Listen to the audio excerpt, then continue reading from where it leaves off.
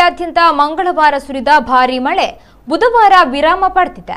ಆದರೆ ಒಂದೇ ದಿನದ ಮಳೆಗೆ ಸುಮಾರು 20.74 ಕೋಟಿಯಷ್ಟು ಹಾನಿ ಉಂಟಾಗಿದೆ.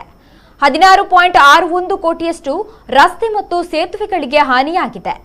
560 ಮನೆಗಳಿಗೆ ಹಾನಿಯಾಗಿದ್ದು ಅದರ ನಷ್ಟ 4.11 ಕೋಟಿ ಅಂದಾಜಿಸಲಾಗಿದೆ.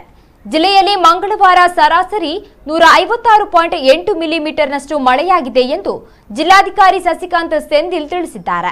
ಅವರು ಜಿಲ್ಲಾಧಿಕಾರಿಗಳ ಕಚೇರಿಯಲ್ಲಿ ಪತ್ರಕರ್ತರನ್ನ ಉದ್ದೇಶಿಸಿ ಮಾತನಾಡಿದ ನಂತರ ಮಳೆಯಿಂದಾಗಿ ಕೆಪಿಟಿ ಉದಯನಗರದ ಮೋಹಿನಿ ಹಾಗೂ ಕೋಡಿಲ್ಬೈಲ್ನ ಮುಕ್ತಾಬಾಯಿ ಮೃತಪಟ್ಟಿದ್ದು, ಮೃತರ ಕುಟುಂಬಗಳಿಗೆ ತಲಾ 5 ಲಕ್ಷ ಪರಿಹಾರ ಧನವನ್ನ ವಿತರಿಸಲಾಗಿದೆ ಎಂದರು. ಜಿಲ್ಲೆಯಲ್ಲಿ ಮಹಾಮಳೆಗೆ 35 ಮನೆಗಳಿಗೆ ಸಂಪೂರ್ಣ ಹಾನಿಯಾಗಿದ್ದು 42 ಮನೆಗಳು ಹೆಚ್ಚಿನ ಪ್ರಮಾಣದಲ್ಲಿ ಹಾನಿಯಾಗಿವೆ. 483 ಮನೆಗಳು ಭಾಗಶಃ ಹಾನಿಗೆ ಒಳಗಾಗಿವೆ. 3.51 ಕೋಟಿ ಮೊತ್ತದ ರಸ್ತೆ, 1 ಕೋಟಿ ಮೊತ್ತದ ಸೇತುವೆ, 1.95 ಕೋಟಿ ಮೊತ್ತದ ವಿದ್ಯುತ್ ಕಂಬ, ಪರಿವರ್ತಕ ತಂತಿಗಳು ಹಾನಿಗೀಡಾಗಿವೆ ಎಂದರು. 1974ರ ನಂತರ ಇದೇ ಮೊದಲ ಬಾರಿಗೆ ಇಷ್ಟೊಂದು ಪ್ರಮಾಣದ ಮಳೆಯಾಗಿದೆ. ಇದೊಂದು ಐತಿಹಾಸಿಕ ಮಳೆಯಾಗಿದ್ದು ಆಡಳಿತಕ್ಕೆ ಒಂದು ಪಾಠ ಕಲಿತಂತಾಗಿದೆ. ಈ ಸಂದರ್ಭವನ್ನ ಗಮನದಲ್ಲಿ ಇಟ್ಟುಕೊಂಡೇ ಮುಂದಿನ ಅಭಿವೃದ್ಧಿ ಯೋಜನೆಗಳನ್ನು ರೂಪಿಸಲಾಗುವುದು ಎಂದರು. We have around 3 crores of loss to the road infrastructure.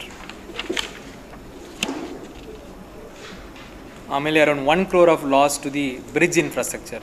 Private ಬಿಲ್ಡಿಂಗ್ಸ್ಗೆ ಡ್ಯಾಮೇಜ್ಗಳು ಇನ್ಕ್ಲೂಡಿಂಗ್ ಮನೆಗಳು ಮತ್ತು ಎಲ್ಲ ಡ್ಯಾಮೇಜ್ ಅದರ ಪ್ರಮಾಣ ನೋಡಿದರೆ ಅರೌಂಡ್ 3.7 crores ಇದೆ.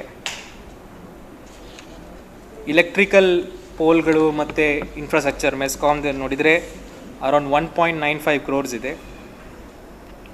ಉಳಿದ ಡ್ಯಾಮೇಜಸ್ ಒಂದು 7 crores ಇದೆ, which includes all other infrastructure. ಒಟ್ಟಿಗೆ ಒಂದು 16 ಕೋಟಿಗೆ ನಮಗೆ financial loss.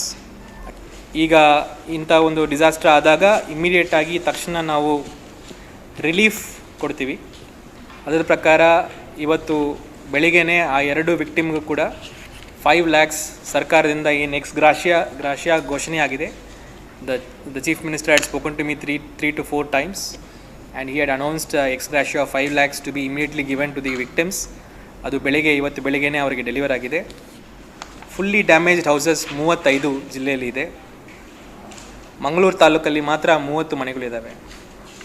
Severely damaged houses ಅಂತ ನಾವು ನೋಡಿದರೆ 42 ಮನೆಗಳು ಇದ್ದಾವೆ.